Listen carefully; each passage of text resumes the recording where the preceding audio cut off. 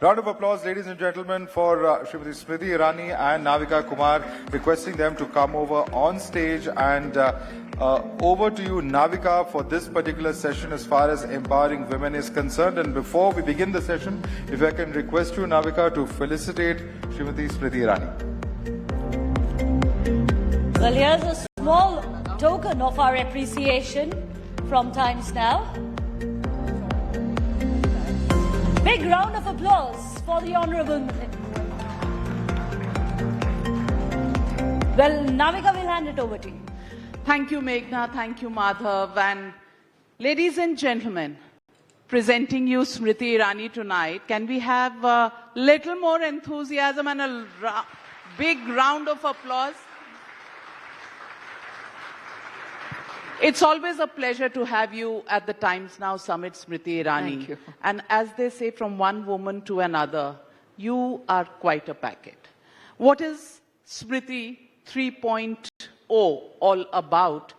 I don't know why you presume that a woman who you presumably think is formidable has to keep repackaging herself, as though we in the public service or in public spaces have to redefine ourselves. I have never seen this question asked of a man. Normally men don't do this to each other. I believe that life is a plethora of opportunities, and each opportunity either ordains you with success or failure. It depends on you how long a journey would you like to undertake. I love every moment, every opportunity. So this new redefined Smriti that you possibly think will break shackles of the old systems or old memories that I've been a part of is just the same old Smriti. So let me ask you, how does it work for a politician? You know, you've been in the thick of things, in the thick of politics, taking on probably the biggest opponent over the last decade or so. And now that, and you know, wins and losses in elections as in matches actually continue. For politicians, how is it different from it is for sportsmen? Because they also win matches, lose matches, depending on who's the best team that day. I think that to genuinely answer your question, I'll have to refer to a journalist who's not a part of your group, but in fact retired from journalism and started podcasts. There's this gentleman known as Kamlesh Singh. He speaks in Hindi. It's called Tau. And he did this piece where he referred to my style of politics. And he spoke about the fact that kuch zyada hi kaam kar diya. I actually called him to say thank you, and he got a bit frightened because he thought that I'll give him a piece of my mind. But I told him that for the first time in 2 decades of me being in Indian politics, somebody gave me a new perspective. I led my whole 2 decades in BJP and in Indian politics, looking at politics as an opportunity to serve. If I was a quintessential politician, I would be more bothered about how to win elections from safe seats. If I was the quintessential politician, I would have reduced myself to a social media army, to a great publicity unit, to take amiable journalists to dinners and lunches. I unfortunately behaved more in the service of people, in ideology, in Sangathan, than look at myself only as a politician. If I was a politician who had a celebrity past, I would have possibly gotten a snook at, difficult assignments and tasks. And I think Kamlesh's intervention gave me a whole understanding of what I was doing in Indian politics. Working too hard. I thought it was a great privilege to have 5 years of service in a constituency where I could help build homes for 1 lakh poor families. It was my life's greatest privilege to help build something like a toilet in 3.5 lakh families. The fact that those 3.5 lakh families could begin each day with dignity, for me, was my political achievement. And if you look at politics from that perspective, and don't look at politics from a perspective of strategy, much changes with regards to your journey. So you're right that in sports, it's about individual achievements. In politics too, some presume that if you're individualistic in your achievements, then you've truly arrived.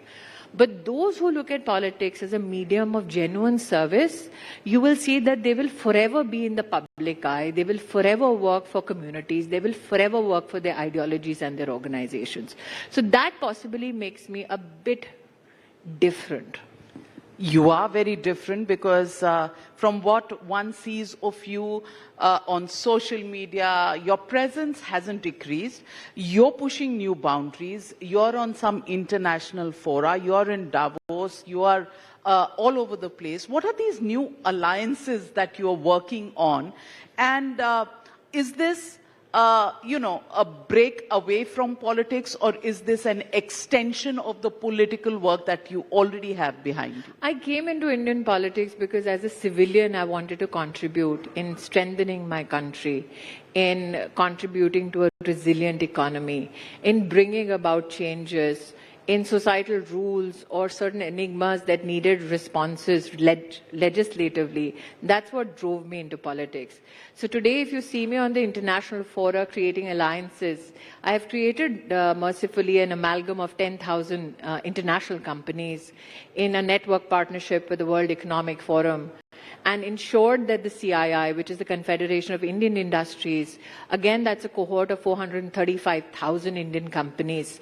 I have said that in terms of gender equity, we will create the first secretariat within our own country, within our own industry bodies, which we successfully did in the past 1 year. We took our templates about women and enterprise and found a resonance with Commonwealth nations. 56 countries want to emulate what we are trying to do in India with regards to gender justice, provide opportunities for women in businesses. We have created the same template today as Alliance participants. We now have a B20 co-chair appointed by South Africa on digital transformation. So our contribution is the Indian contribution. It is apolitical, but at the same time, like Prime Minister Modi says, हम अपने लिए भी कर रहे हैं और दूसरों के लिए मार्ग प्रशस्त कर रहे हैं कि हिंदुस्तानी अब global good के लिए क्या-क्या कर सकते हैं. What can we contribute for global good while we set those examples in India so that they can be emulated across the world. Is this fulfilling? Is this so time-consuming? Are you enjoying this as a break away from politics? Or no, I'll go to London and have those meetings. I will go to New York and do meetings with the UN and come back for the Delhi campaign and go to Bhavana and Seelampuri. So my life is pretty sorted that way. And Bihar? Of course. Bihar elections coming up? Any election that comes up, not essentially only legislative assembly elections, but any time the organization calls me for an assignment, I'm always available, I'm always present. So Smriti Irani, I want to ask you, how do women, you talk about gender equity, you talk about, women and how they chart their way.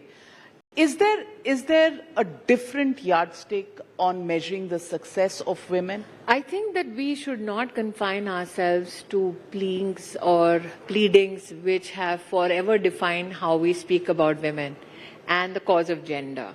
I think the new realities that we are confronted with is the disruption technology will bring, especially in the lives of nations which do not own the technology, which do not own the enterprise, but who are limited by only building applications on top of enterprises.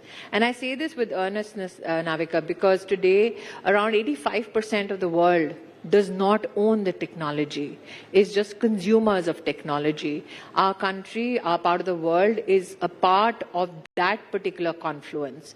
The other issue which has frighteningly come up, especially in the US, is that 70% of the jobs that women hold in that country are actually going to be obsolete when automation sets in. So I was there at the World Economic Forum when there was a conversation about AI agents and how that will shake up the world. And 3 days later, DeepSeek comes and the US loses $1 trillion. So to see disruption up close, what you as an Indian can do is how do I facilitate people within my own country against these disruptions. So this year, we have decided we will reach out to 300 of the most populous cities in India, reach out to 1 lakh women-owned businesses who have not had the capacity to cross the 1 crore threshold, go to them with banks, with insurance companies, with knowledge bases on certification and compliance, get together with global supply chains. We already have, as a part of our cohort, 2,000 international companies which have a yearly consumption and expenditure power of $4 trillion to teach these women how can they be a part of the global supply chain. One of the biggest challenges women, especially those who have worked, let's say, in self-help groups or FPOs or in SMEs, is the challenge of language. So we are in conversation with skill givers who will certify, especially if the British Council is kind enough to accept that, to certify the English language skill so that that can be used by women in business, especially those in the smallest of towns in our country. That is my ambition for this year. And I think you know me enough by now to know that once the standard and the goal is set, we will achieve it. Yes, you will achieve it, Smriti Irani, I have no doubt. But you know something, I'm having problems adjusting to this conversation with you. Because I'm not ranting about somebody politically. Yes, because for the last 10 years, I've asked you all the questions that I wanted to about Rahul Gandhi. Can I still ask you those questions? But even though it's a free country, you can ask me anything. But I think that the single sign of maturity is when you evolve and don't stagnate. So you may see me from a limited perspective of that one guy I defeated. But my life is not just that one chapter. Yeah, that's true. That's true. It is, I understand. I understand for you as a journalist that's of historical import, given that the sitting president of the Indian National Congress was never defeated before that.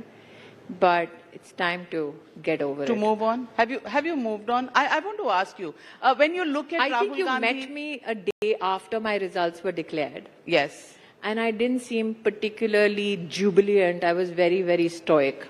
And you were disturbed even then. That's true. You always surprise everybody by coming up. Because if you're not to be bogged down by failure, why should you be so ecstatic about success? That's true. But there are people who are even ecstatic with failures. They are, and it is their democratic right to be delusional.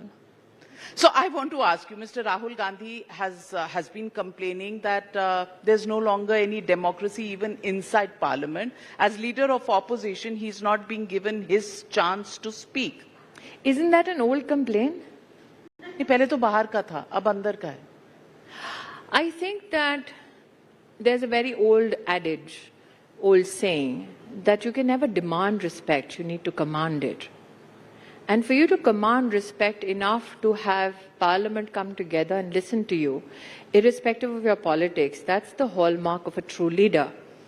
I've been in opposition, and I did not have the privilege of being the leader when I was in opposition.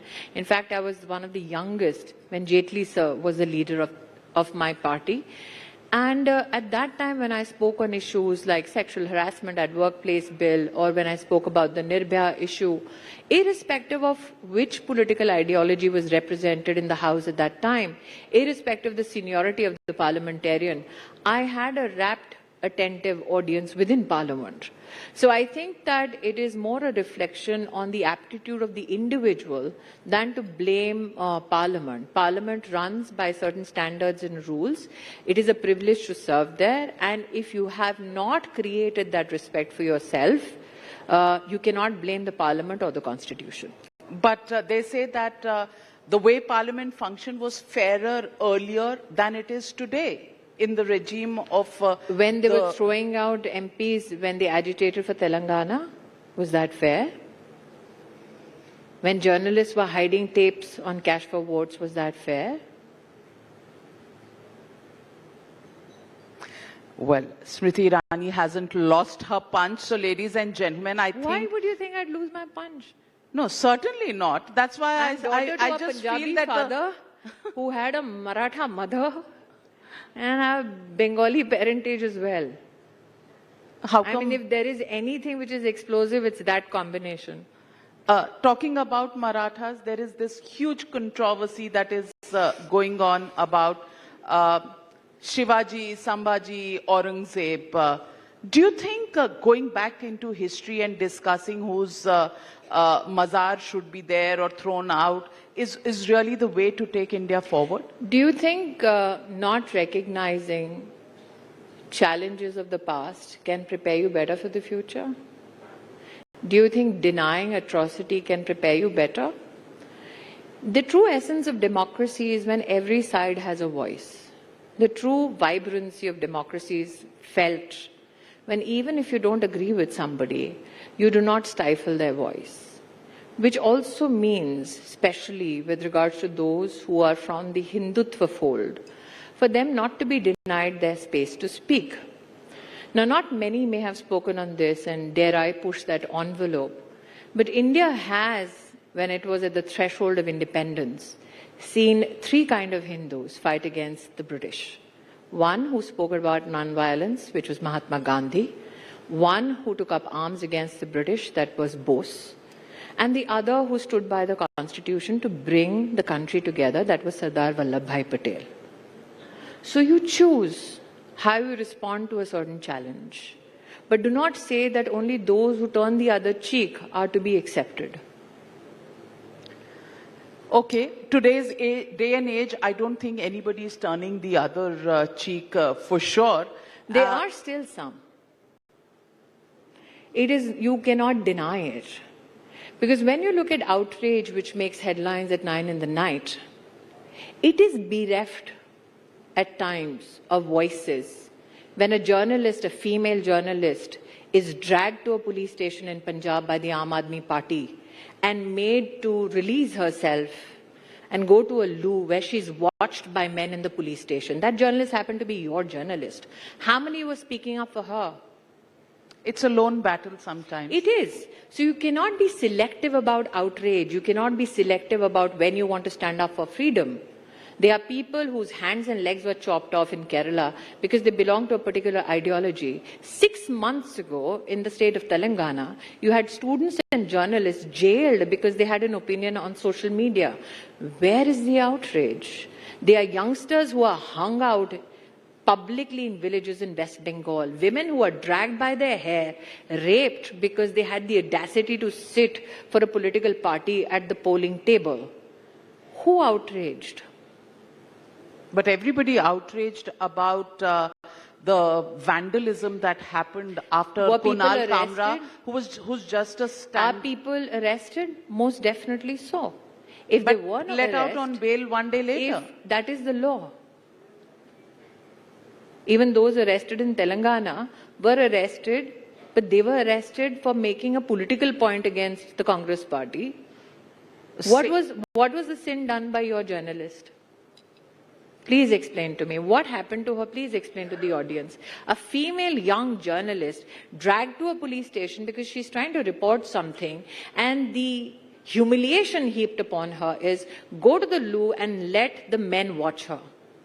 Tell me which one of the audience members saw anybody shouting from the rooftops about freedom then.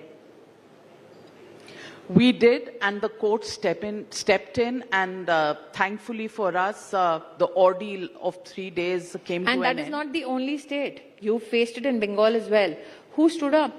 Who wrote a guilt letter? Nobody. So if you stand for freedom and the privilege of that freedom that you enjoy, stand for everybody.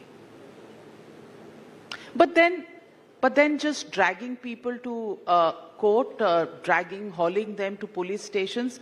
For example, Beer Biceps, Ranbir Alabadia, podcaster. Well, I've been to court. 2012, Gujarat state elections. I was on live TV. A congressman abused me on live TV. I've been going to court from 2012 to 2025, even when I was cabinet minister, stood in Patiala House with rapists and murderers, only waiting for justice.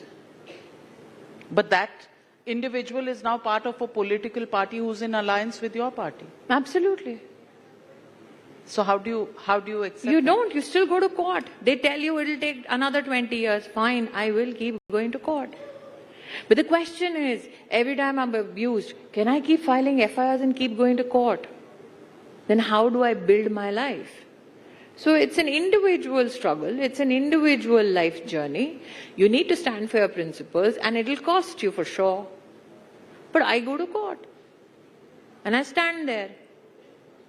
But Ranbir Allahabadiya, you've been on his podcast, I think, a couple of times.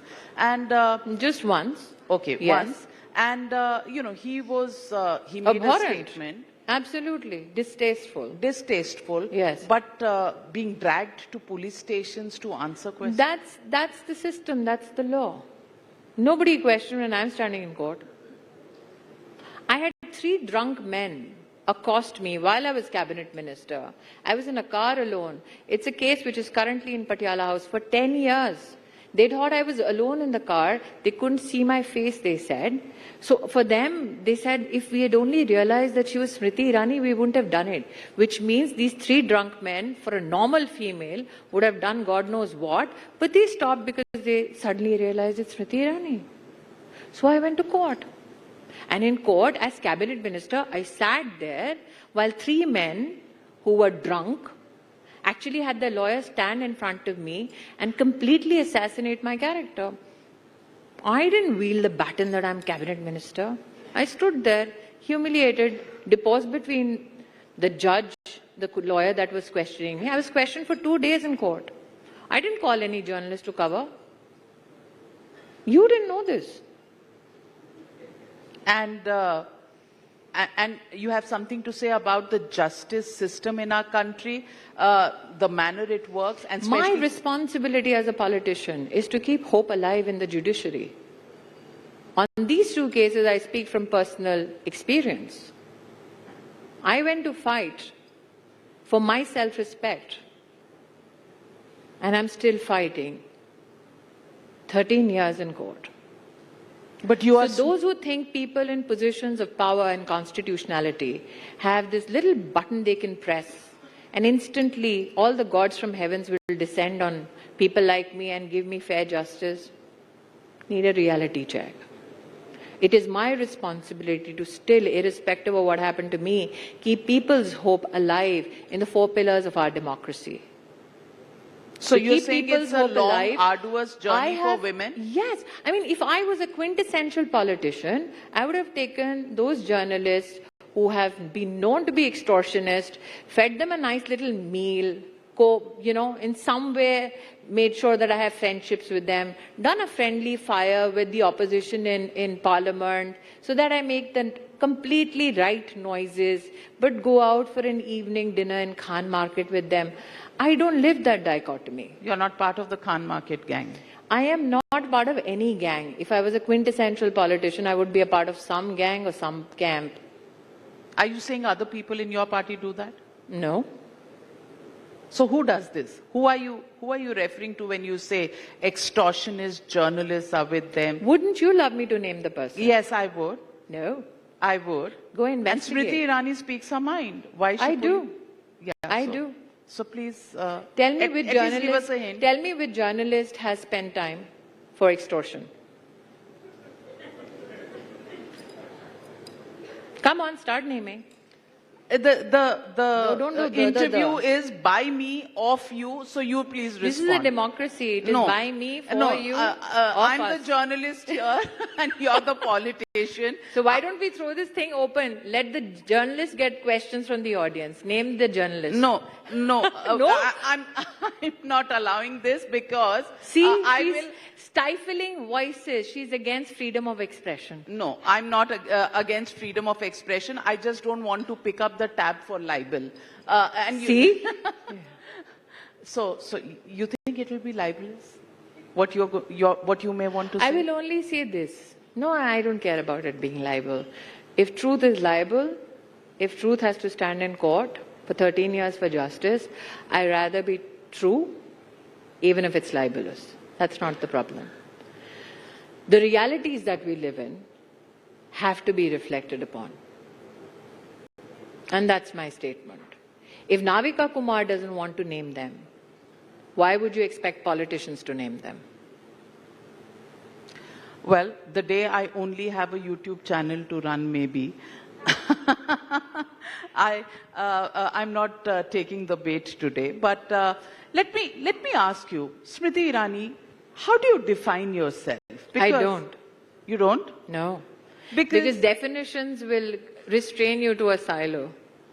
Don't make that mistake. you started your life at the Miss India pageant. No, my life started in 1976. Thank you very much. No, as in your work. No. Okay, what did you do before that? When I was 17 years old, in Janpat, I sold cosmetics on the street for $200 a day. When I was 18 years old, I joined a courier company where my job was 4 o'clock at Palam Hawaii Adda, then go to Nai Delhi railway station, then go and check the Golda Khana, and then come back to east of Kailash above Sapna Cinema and write a roster. That was me at 18. At 19, I decided I wanted to own a part of the logistics company, so I went to Bombay and tried to buy out, and I didn't have the money. At 22, when I went to Miss India, I had to borrow money. But after being a Miss India finalist, I had no job, so I went to the first McDonald's ever opened as Smriti Malhotra, that was my maiden name. And I used to sweep floors there and wash the dishes for $1,800 a month after being a Miss India finalist.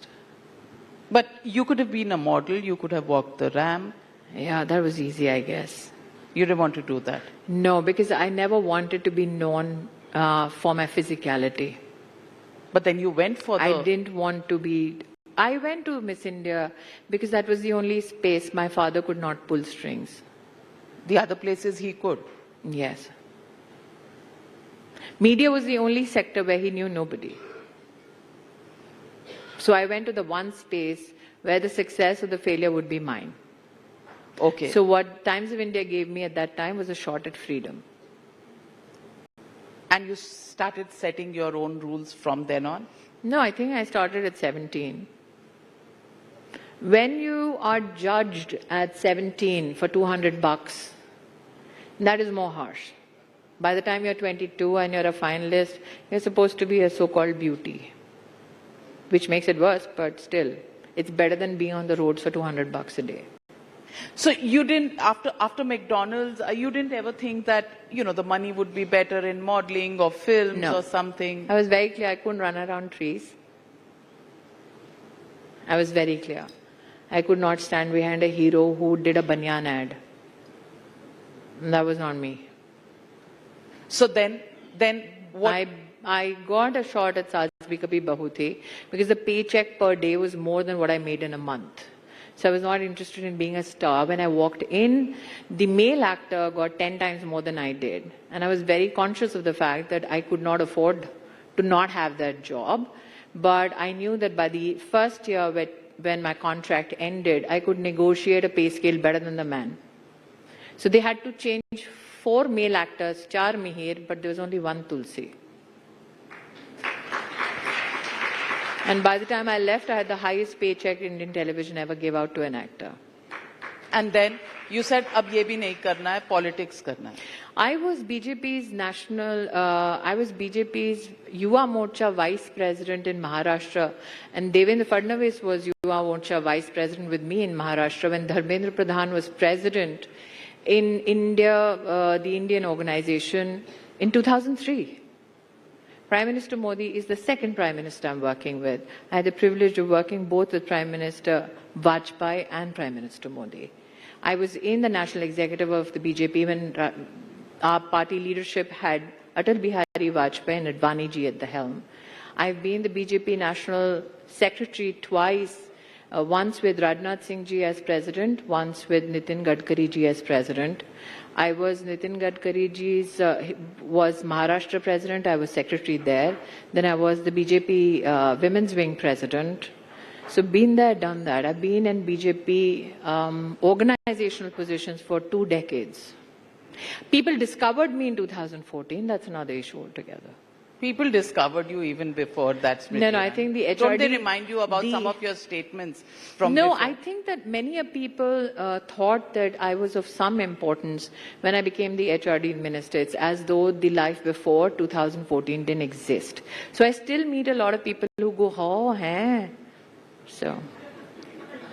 Do you have, I want you to speak candidly. Do you have batchmates? I mean, is there any room left for me? I mean, am I not candid enough?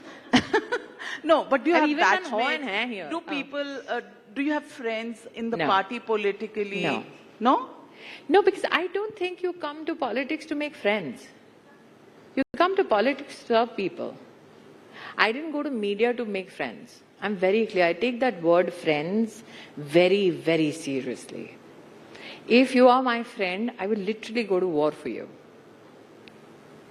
I will defend you. I will literally push all boundaries. So colleagues, they're just colleagues?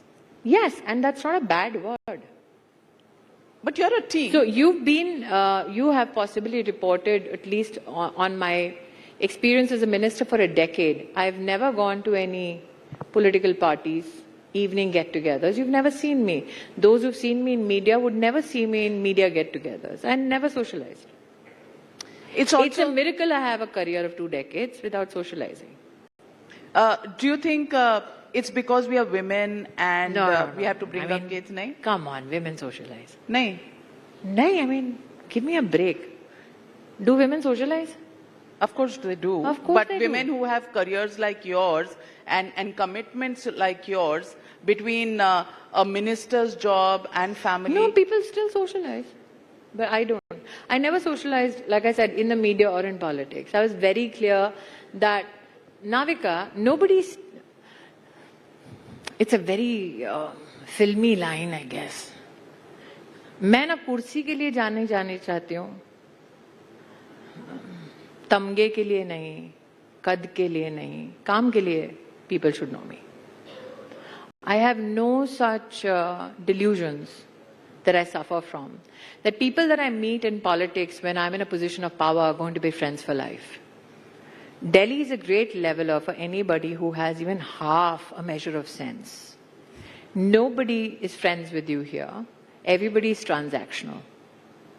You have to be completely out of your mind if you believe people are here to make you a great friend of theirs. Media in itself, people who struggle through media, they tend to come together in times of strife. I was a union worker when I was in the media business. So we would come together when resources were limited. But our coming together was also dependent on the fact that we were stretched for resources. It did not come from a sense of celebration. I mean, none of us had homes, none of us had, mobility issues. We didn't have cars. We were all, sharing autos in the first year of Kyunki.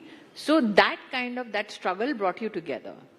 But both in media and in politics, there is a huge sense of competition. Friends can't compete with each other. Friends Very don't. well said. What next for Smriti Irani? Oh, if you're asking my schedule, No, then I'm asking April you. is what? I've been privileged to be invited on a lecture series in Ivy League colleges. I will be looking at a semiconductor unit in the US.